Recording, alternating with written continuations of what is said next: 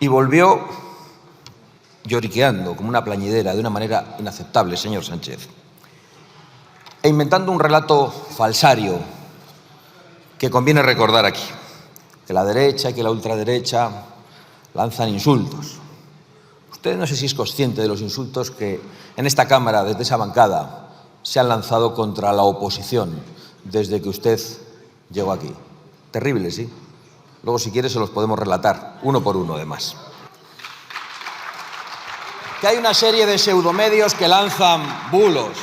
Claro, los pseudomedios que le apoyan a usted, los pseudomedios muy conocidos, muy asentados, absolutamente ensobrados por la publicidad institucional del Gobierno, no lanzan bulos, lanzan mentiras, y no solo eso, lanzan a una parte de la población contra otra, intentando demonizar a 3 millones de españoles.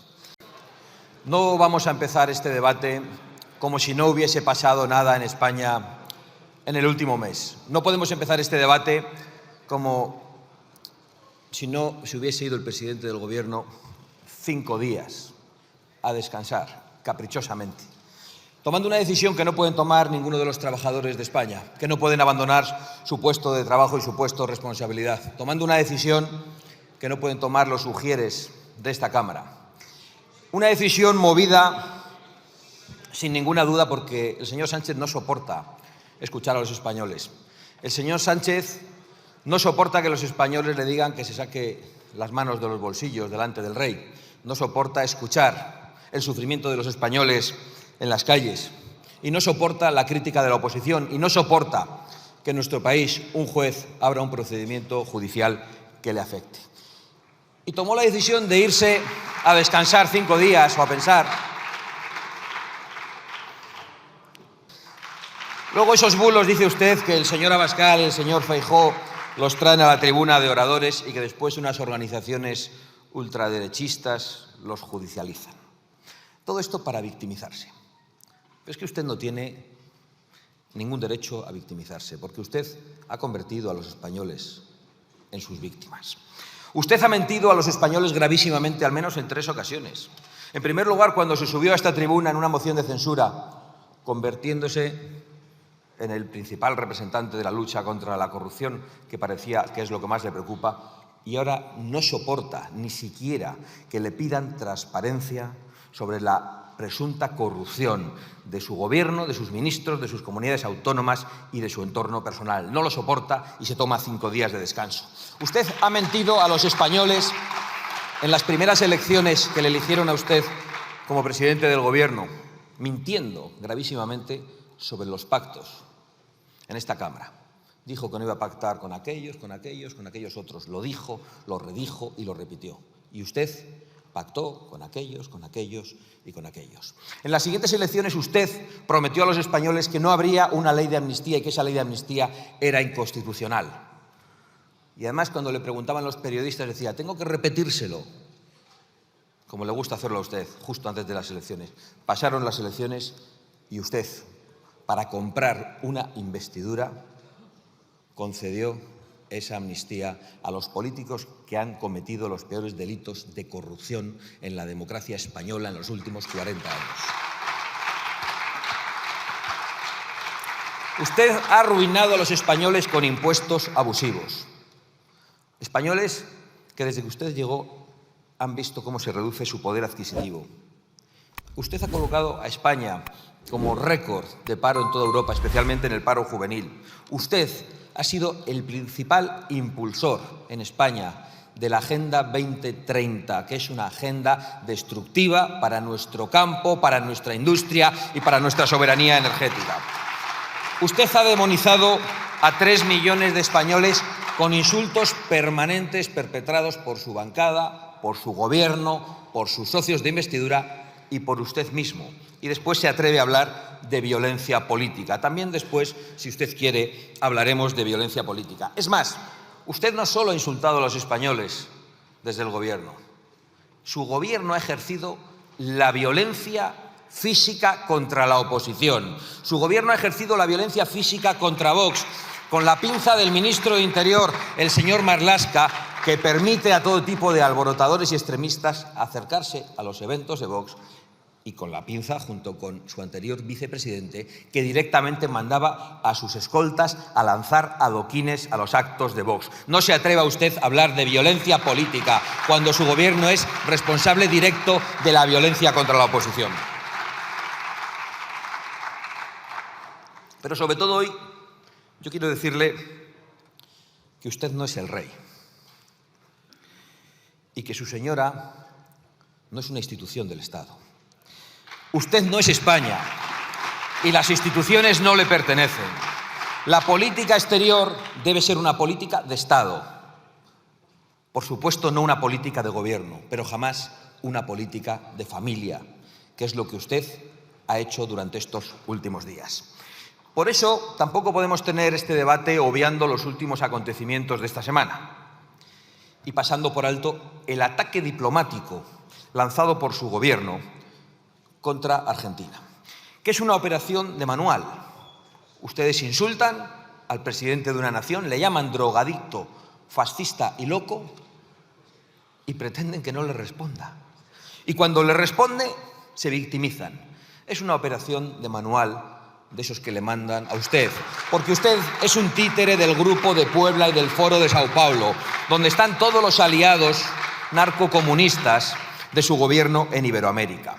Y usted actúa en esta crisis al dictado de los kirchneristas, es decir, de aquellos que quieren que le vaya mal a Argentina. Y por eso usted, al dictado de todos ellos, lanza un ataque orquestado, de carácter diplomático y de carácter económico. Y no a Milei, sino al pueblo de Argentina, porque ustedes quieren impedir su recuperación económica, porque quieren que a Argentina le vaya mal, igual que lo quieren los kirchneristas, sus socios, esos a los que usted apoyó en campaña, cometiendo eso que parece que después les parece una injerencia.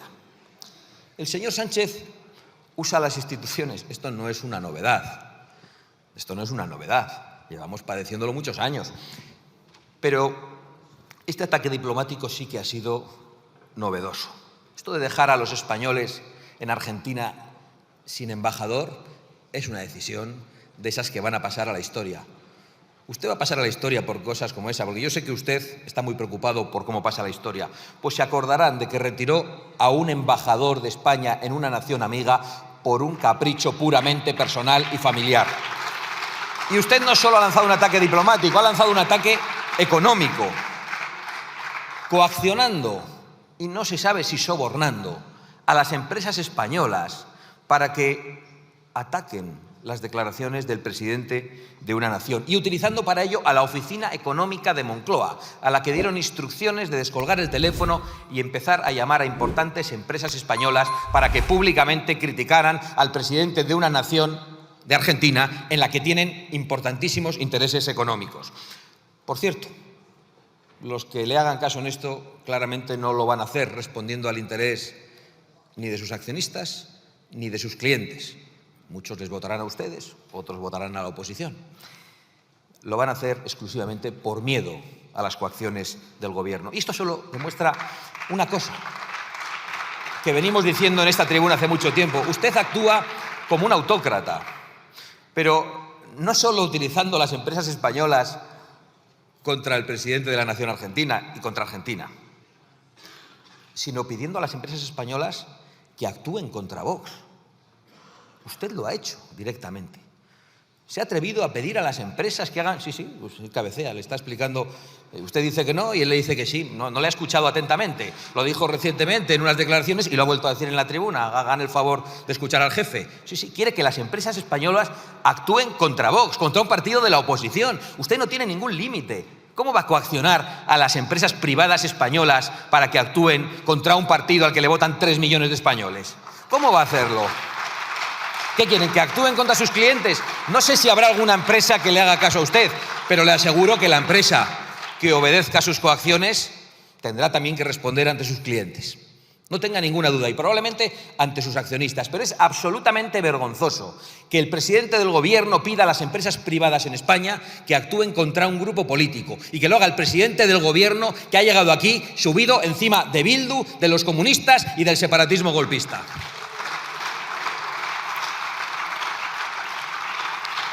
Yo soy don Sánchez, quiero hacerle una pregunta. ¿Hasta dónde va a llevar su ataque diplomático para defender a su consorte, si no le piden perdón? Porque ha exigido la petición de perdón al presidente de Argentina después de llamarle fascista y drogadicto. Como no ha pedido perdón, lógicamente, yo tampoco le pediría jamás perdón. Han llamado consultas al embajador, como le han dicho que no le van a pedir perdón, han retirado al embajador, le han vuelto a decir que no le van a pedir perdón. ¿Va a expulsar usted al embajador de Argentina? ¿Va a romper relaciones diplomáticas con Argentina? ¿O va a declarar usted la guerra a Argentina? ¿Dónde se va a parar usted? ¿Nos lo puede decir? ¿Cuál es su límite? Porque nosotros no lo sabemos. Eso es todo al servicio de su partido, de su persona y de su familia. Esta es su política internacional, al dictado y como títere de extremismos, de narcogobiernos, de teocracias y de tiranías en Iberoamérica. Por cierto, todos ellos los aliados de Putin, ante el que usted se pone aquí muy bravo, pero sus alianzas con Venezuela, con Cuba, con Irán y con todos los aliados de Putin están ahí. Ahí no retiran los embajadores, ahí no. Y hablan de Ucrania. Vienen aquí a hablar de Ucrania, pero claro, la capacidad de Rusia para invadir Ucrania tiene que ver con la política de socialistas y populares en la Unión Europea, con la política de dependencia energética que ha debilitado a la Unión Europea y que la ha dejado a merced de Putin y de Rusia. La España de Sánchez es el país que más gas compra a Rusia en la Unión Europea, 5.200 millones de metros cúbicos de enero a septiembre. De esto tampoco quiere hablar usted. El expresidente del socialismo alemán y ex canciller, Gerhard Schröder, es un empleado de Gazprom, como otros muchos populares y socialistas, que han destruido la soberanía energética de Europa, atacando la energía nuclear y convirtiéndose en unos simples esbirros de Putin. Y ahora vienen aquí a escandalizarse por lo que está ocurriendo entre Rusia y Ucrania. Para apoyar al pueblo ucraniano lo que hay que hacer es echar de la Unión Europea a aquellos que han dejado a Bruselas a los pies de los caballos de Rusia y convirtiéndola en una unión de estados totalmente dependiente e indefensa. Por cierto, ¿sabe usted quién es Marcos Gómez? Señor Sánchez. No sabe. Usted sí, ¿verdad? El ministro de Exteriores sí. Solo le llamó a consultas. Conviene recordarlo hoy aquí, ya lo han hecho otros portavoces. Es el embajador de España en Rusia. Allí sigue. La guerra de Ucrania no les ha preocupado tanto como las referencias de un presidente extranjero a la familia del presidente y a un posible caso de corrupción, que, por cierto, nosotros hemos llevado a los tribunales y nos hemos personado.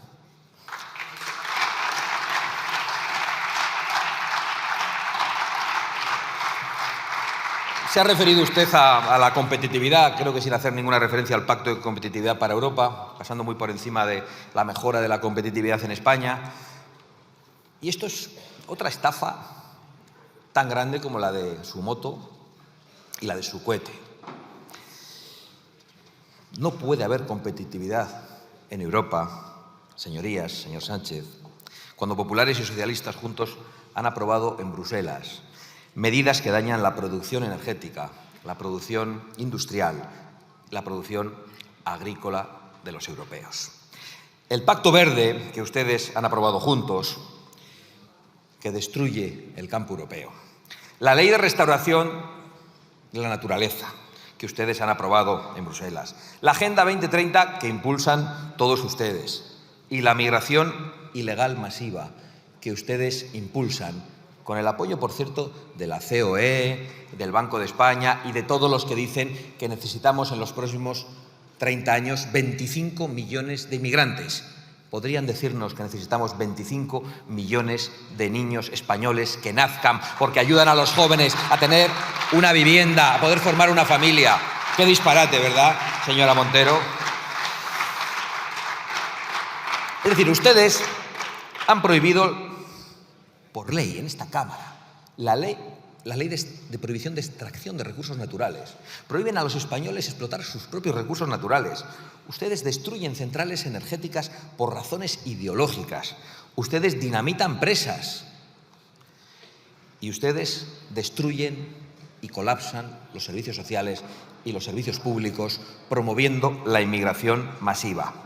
Y ahora en campaña quieren ocultar probablemente lo que hacen juntos en Bruselas y nos vuelven a condenar a la dependencia de Rusia y a la competencia desleal de Marruecos, a la que sí ayudan con sus planes hidrológicos, con sus presas y con su energía, mientras condenan a España y a Europa.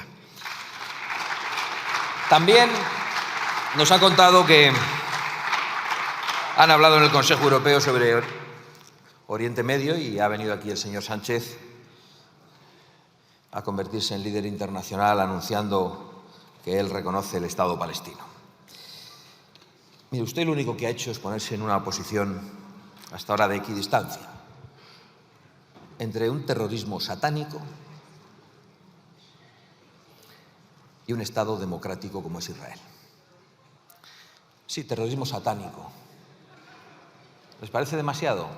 Igual es porque no han visto ustedes los vídeos. Sí, de esa versión corta que le pusieron al presidente del Gobierno y que debió ver pero no mirar.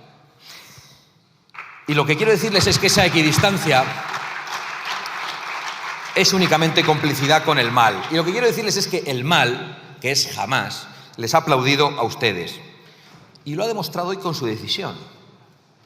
En mitad de este conflicto ocasionado por los peores atentados terroristas de la historia de la humanidad, usted ha decidido unilateralmente reconocer el Estado palestino. No me extraña.